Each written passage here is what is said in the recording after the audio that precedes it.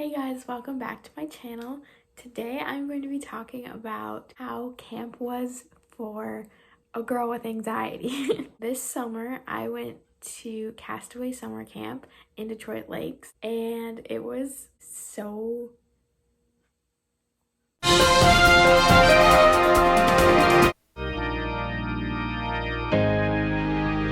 lights will guide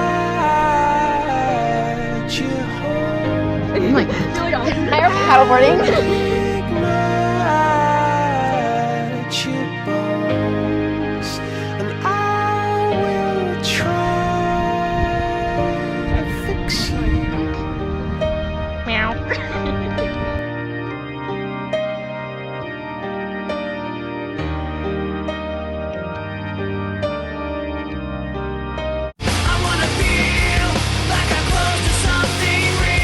It was such a different life experience for me because I could not stay anywhere without my parents, or even that far away with my parents is hard for me.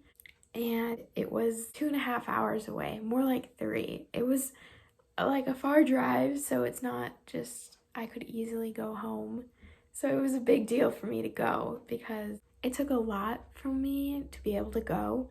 And once I was there, it was good. So I'm gonna just tell you a little bit about my experience and kind of like a few things that I loved there, and you'll see if I'm gonna go back. And at the end of the video, I'm going to give you camp tips if it's your first time going to a summer camp. Things I wish I would have known before I went, because there are some things I wish I would have done differently. I think the overall thing that I learned from camp, I've been a Christian for a while, so a lot of the stories that they tell from the Bible are things that I've heard of and they're just kind of repeated. And this one was about like Jesus dying on the cross for you, and it was split up throughout the whole week. And for me, I was like, oh, like I've heard this before. Like I was just kind of sitting there. But the last day really got to me. The pastor at the camp, his name was Dave, and he talked about Jesus dying on the cross for you and how all of your sins are carried for you and paid for, and he said this one quote that stuck with me ever since I got back, and I think about it all the time, and it just like blows my mind. He said, if you and Jesus were the only two people on the face of this earth, he still would have died for you. And I sat there and I was like, oh wow, like for all the things that I've gone through, for all the things that I've done, the sins that I've like committed, all of the struggles I've been through and all like heartache, like he still died for me, and he wanted me. Like he cared about me and loved me that much. After camp, we had campaigners, so it was Bible studies every night for 2 weeks. I was so excited for campaigners because I was just ready to dive deeper into it. And then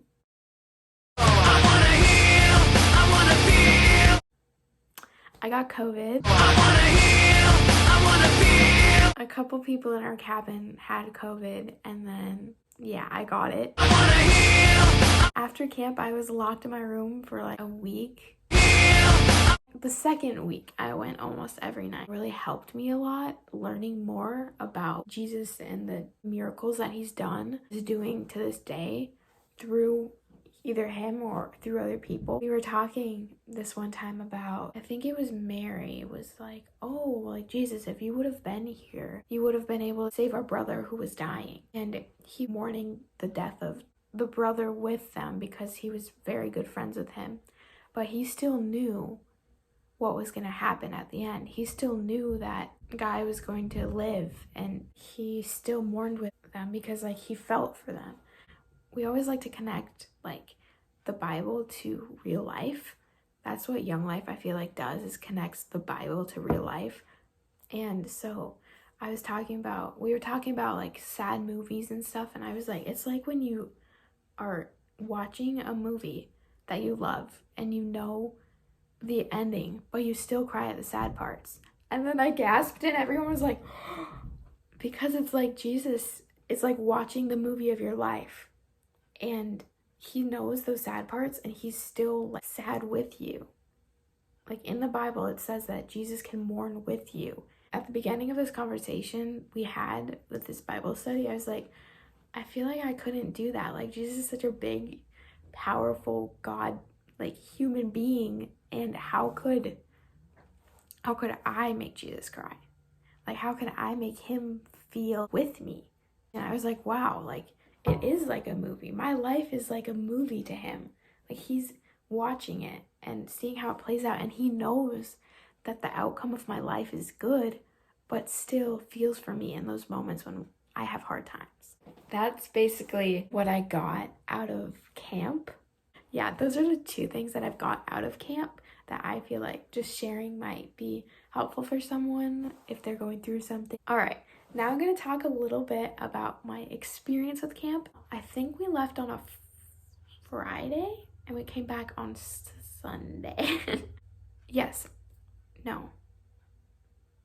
One of my Young Life leaders, Maggie, I said, like, my bag is so big, it's not gonna, like, fit under the bus. Like, it was this ginormous full bag. It said that if I can overpack, my friends Gabby and Ria, because they overpack and, like, had outfits for girls that didn't bring enough. They had extra swimsuits, like, they had everything.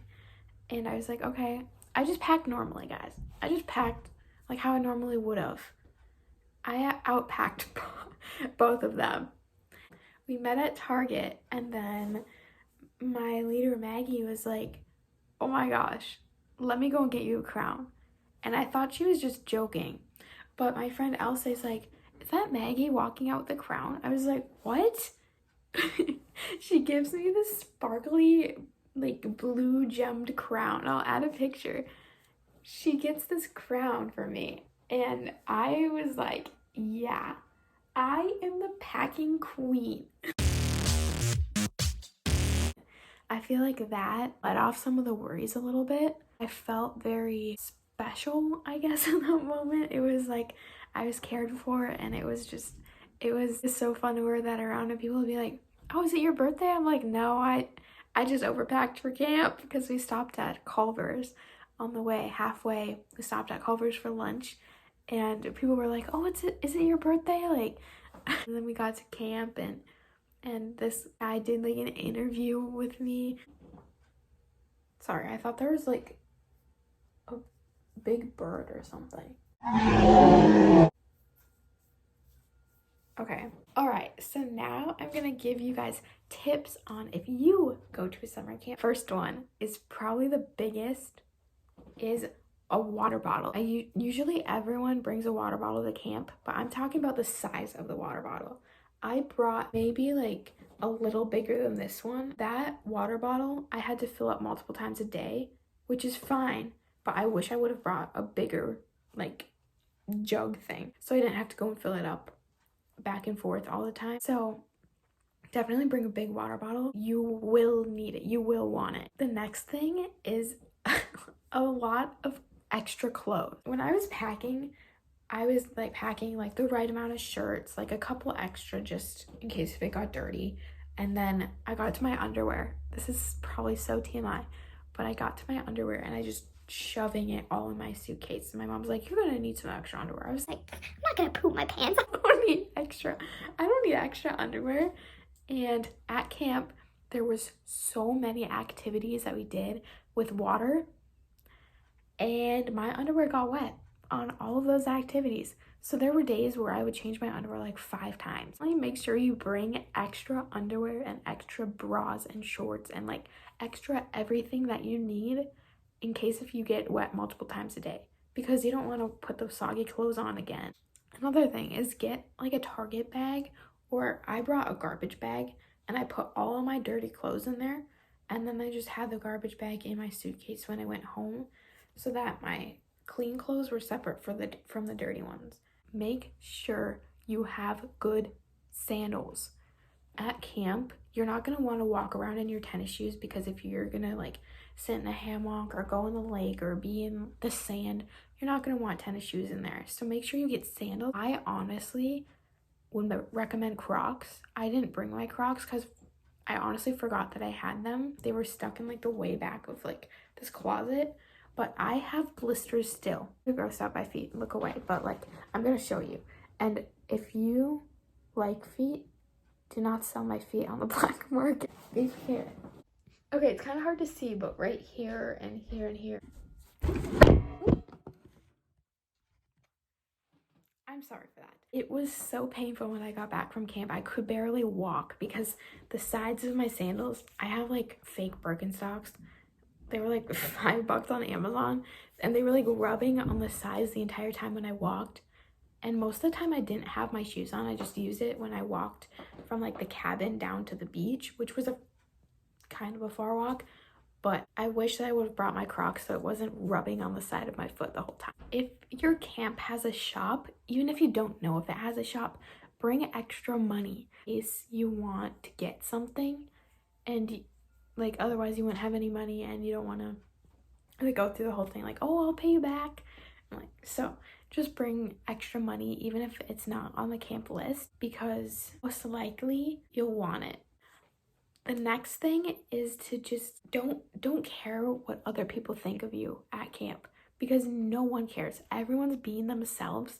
So dance, jump around, scream, lose your voice. Make that a goal to lose your voice, because then you know you had fun. The next thing, oh my goodness, I can't recommend this more, is to bring a notebook like everywhere you go. Because when I was having our sermons, I wish I would have taken notes on it, and about to go to bed, I wish that I would have written what I did during the day, because it only happened, like camp was only a couple weeks ago, but I honestly forgot most of the things that happened besides like what was on video, which is really sad.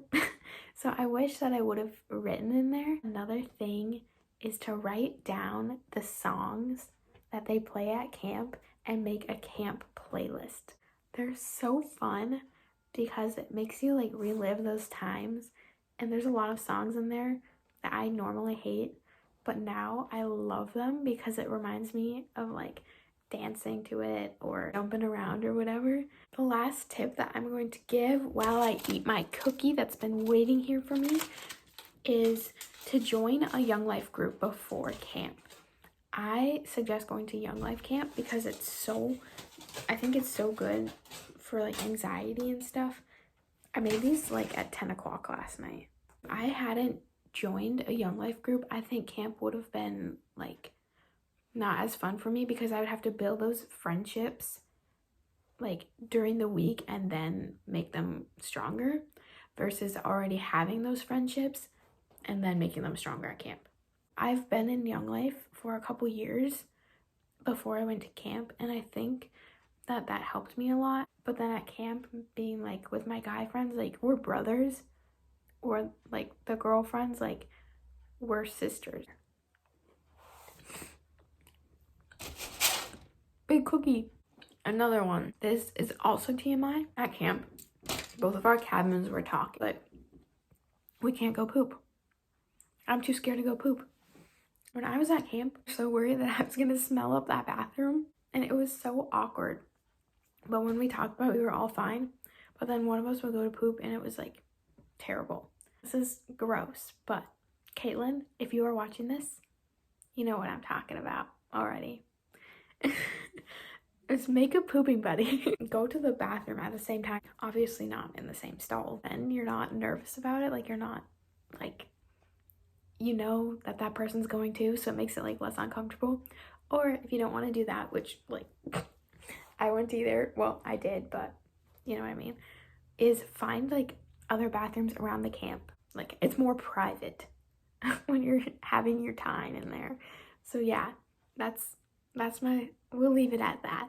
And as I'm ending this video, I just want to say thank you to all my Young Life friends that are watching this, and just like the amount of support that you've given me when I went to camp and before, and like praying for me and all that like helped so much. And I definitely will be going to fall camp. I'm trying to get my best friend to go with me and trying to get one of my other friends, because I think they need it and it would be so fun. So yes, thank you to everyone that is watching this video.